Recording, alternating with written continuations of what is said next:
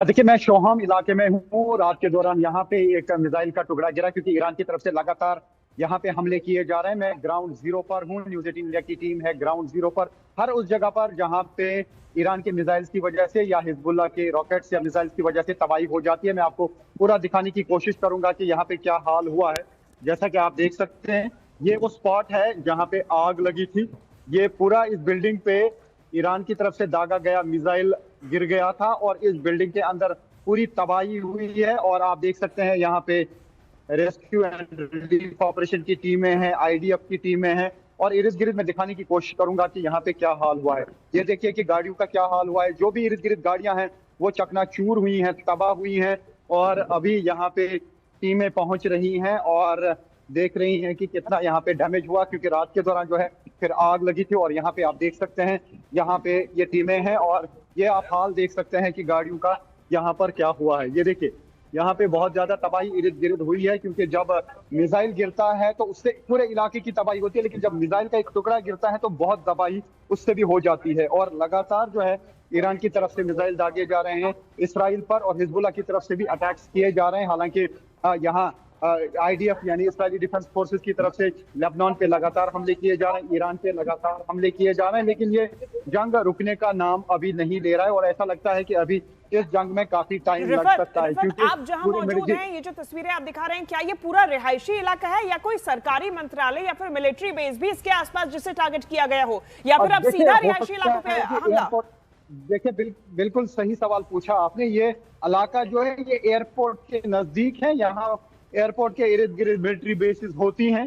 तो जब ये इंटरसेप्ट हुआ, हो सकता है कि ये एयरपोर्ट का निशाना साधा गया हो या किसी मिलिट्री बेस पर निशाना साधा गया हो। लेकिन चूंकि ये इंटरसेप्ट हुआ और मिसाइल का जो टुकड़ा गिरा यानी मिसाइल का जो मलबा गिरा, उसकी वजह से आप देखिए कि कितनी भयानक तबाही हुई। और अगर ये मिसाइल डायरेक्ट हिट लगता तो उससे कितनी तबाही हो जाती, क्योंकि जब यहाँ पे मलबा भी गिरता है बैलिस्टिक मिसाइल का तो वो इस तरीके की तबाही यहाँ पे कर देता है। और इस बिल्डिंग में आग लगी थी और बिल्डिंग के अंदर जो है सब कुछ तबाह हुआ है, और बिल्डिंग के बाहर भी इर्द गिर्द हम देख पा रहे हैं कि सब कुछ यहाँ पे चकनाचूर हुआ है। ऐसा लगता था यूएस को कि शायद ये जल्द जंग खत्म हो जाएगी, लेकिन ईरान ने जिस तरीके से एक के बाद एक हमला करना शुरू कर दिया और वो हमलों का सिलसिला लगातार अभी जारी है, तो उससे लगता है कि ईरान के पास जितनी भी ताकत है वो हर मुमकिन ताकत से वापस मुकाबला कर रहे हैं। और दूसरी तरफ से हिजबुल्लाह भी लगातार अटैक कर रहे हैं। लेकिन लेबनान में काफी नुकसान हुआ है। अभी तक 600 से ज्यादा लोगों की वहां पे मौत हुई है, जबकि करीब 1 मिलियन लोग यानी 10 लाख के करीब लोग जो है वो विस्थापित हो गए हैं,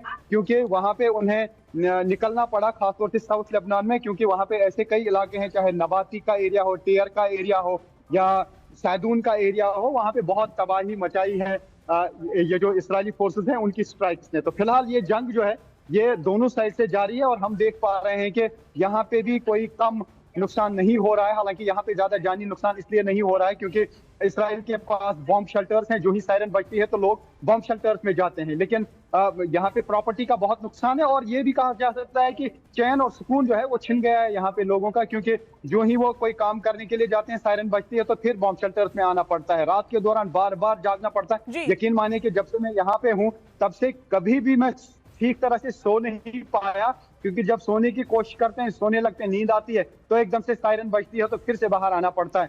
हम तो बाहर जाते हैं कवरेज के लिए। रिफत, मैं देख पा रही हूँ आपके आसपास भी कई सारे लोग मौजूद हैं। जब सायरन बजता है तो बंकर कितनी दूर पे होता है, बॉम्ब शेल्टर्स कितनी दूरी पे होते हैं? अभी आपने एक छत का भी व्यू दिखाया था, वहां पर भी मलबे के टुकड़े दिखाई दे रहे हैं। कहीं कुछ भी सेफ नजर नहीं आ रहा है। कितनी दूरी पर होती है ये सुरक्षित स्पेस? देखिए, काफी जगहों पे जो पुरानी बिल्डिंग्स हैं उनके इर्द गिर्द तो नहीं है, लेकिन जो पिछले 30-35 साल से बिल्डिंग्स बनी है या पिछले 8-10 साल से, वहां पे तो मैंडेटरी कर दिया गया है कि पहले बॉम्ब शेल्टर बनाना है, अंडरग्राउंड बेस बनानी है और हर मंजिल पे जो है एक ऐसा रूम बनाना है जो मजबूत होगा, जो मिसाइल के अटैक को सह सकता है। तो यहाँ पे काफी जगहों पे इसी तरीके के बॉम्ब शेल्टर बनाए गए हैं, लेकिन ग्राउंड जीरो से मैं दिखाने की कोशिश करूंगा। यहाँ पे ये जो लोग हैं यहाँ पे जमा हुए हैं, जिनके घर हैं वो भी यहाँ पे आ चुके हैं और जिनकी ये गाड़ियां हैं वो भी यहाँ पे आ चुके हैं। और साथ ही यहाँ पे हम देख पा रहे हैं रिलीफ और रेस्क्यू ऑपरेशन की टीमें फौरन यहाँ पे पहुंचती हैं, क्योंकि रात के दौरान ये अटैक हुआ। अभी यहाँ सुबह का टाइम है, मॉर्निंग है अभी भी यहाँ इसराइल में, और ये इस वक्त यहाँ पे आप हाल देख सकते हैं कि किस तरीके का हाल यहाँ पे हुआ है।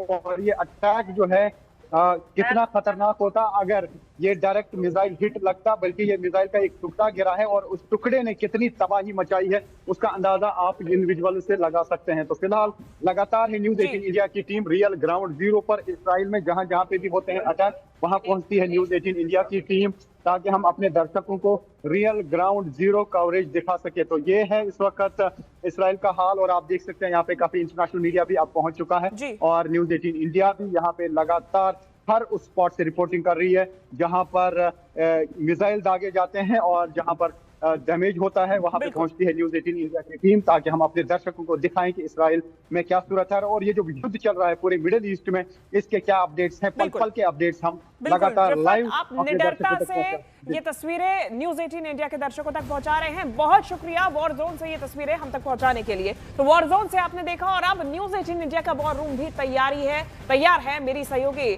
जसप्रीत इस वक्त जानकारी दे रही है। अब आपको बताते हैं कि ईरान बार बार आखिर तेल अवीव को ही क्यों टारगेट कर रहा है। तेल अवीव इजरायल का सबसे बड़ा आर्थिक और प्रशासनिक केंद्र है। यहाँ पर इजरायली सेना यानी IDF का हेडक्वार्टर है। तेल अवीव में ही इजरायल का शेयर मार्केट मौजूद है। हालांकि खुले तौर पर तो साफ नहीं, लेकिन माना यही जाता है कि इजरायल की खुफिया गतिविधियां भी यहीं तेल अवीव से ही चलती हैं। सबसे बड़ी बात यह है कि यहीं तेल अवीव में इजरायल की एक बड़ी आबादी बसती है। ऐसे में ईरान की कोशिश इजरायल को ज्यादा से ज्यादा नुकसान पहुंचाने की है।